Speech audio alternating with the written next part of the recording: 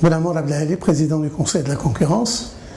J'ai écrit un livre sur le thème suivant, d'une société de mérite à une société, d'une société de rente, à une société de mérite.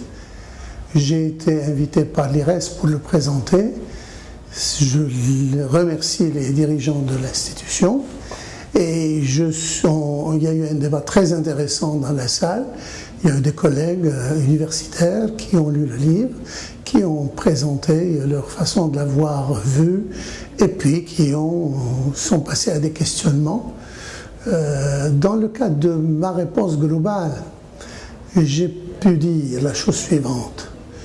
Je suis parti en fait d'une sorte d'état d'âme qui caractérise souvent les Marocains dans leurs discussions, qui nous caractérise tous dans nos discussions.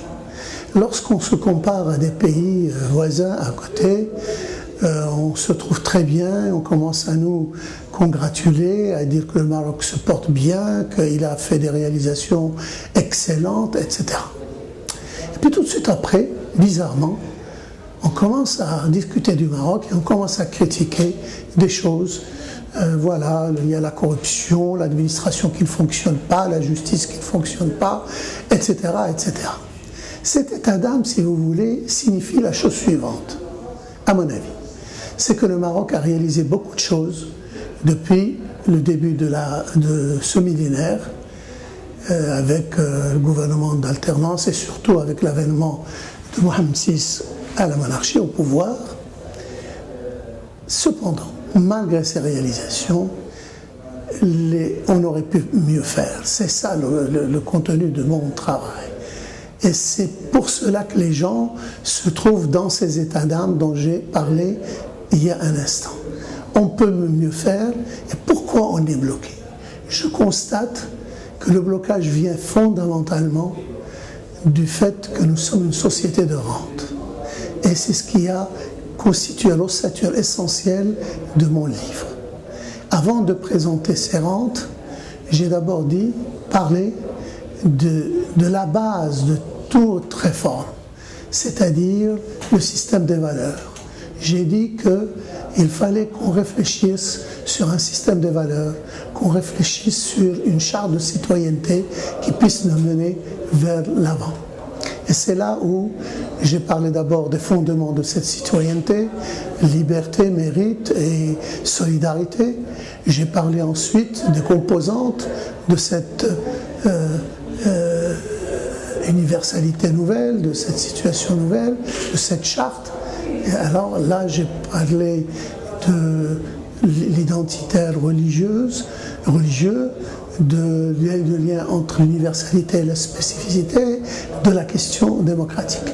C'est à partir de là que j'ai construit mon travail, c'est-à-dire essentiellement d'abord, qu'est-ce que la rente? Et là, j'ai constaté que la rente était politique, elle était économique, elle était sociale. Politique parce que certains tirent un pouvoir, non pas de la volonté populaire, mais de certaines actions innommables qui font que leur positionnement n'est pas dû, n'est pas légal, bien entendu, n'est pas justifié. Je développe au niveau de ce chapitre lié à la situation politique un certain nombre de choses, notamment le système électoral qui ne permet pas de faire émerger des majorités claires. Ensuite, je dis que la rente est économique. Elle est économique d'abord au niveau des entreprises, parce qu'il peut y avoir des ententes, il peut y avoir des abus de position dominante. Elle est également au niveau de l'État, parce que l'administration peut procéder à des pratiques concurrentiellement répréhensibles qui favorisent tel ou tel au détriment de l'autre. Et c'est pour cela que les conseils de la concurrence ont pour rôle de lutter contre ces pratiques anticoncurrentielles. Pour les entreprises, elles peuvent donner des amendes. Pour l'État, il y a le plaidoyer contre certaines pratiques, bien entendu. Voilà, ensuite je passe à la façon dont il faut dépasser la rente politique et je développe des idées sur la façon dont le pouvoir peut être réparti au niveau de l'exécutif. Je défends quelques idées sur la façon de procéder au système électoral. Je développe quelques idées sur les partis politiques et leurs réformes. Ensuite, je passe à la rente économique, à la façon de la dépasser. Et là, je dis qu'il faut absolument faire vivre les autorités de régulation, dont l'autorité de la concurrence, bien entendu. Et enfin, je passe à la rente sociale et je dis que autant il faut être solidaire et aider ceux qui ne peuvent pas travailler, comme les enfants, comme les vieux, comme les handicapés, autant il faut aider ceux qui veulent travailler et qui perdent leur travail, autant il ne faut pas passer à l'assistanat et arriver à des situations où les gens ne sont plus productifs et touchent des rentes indues, bien entendu.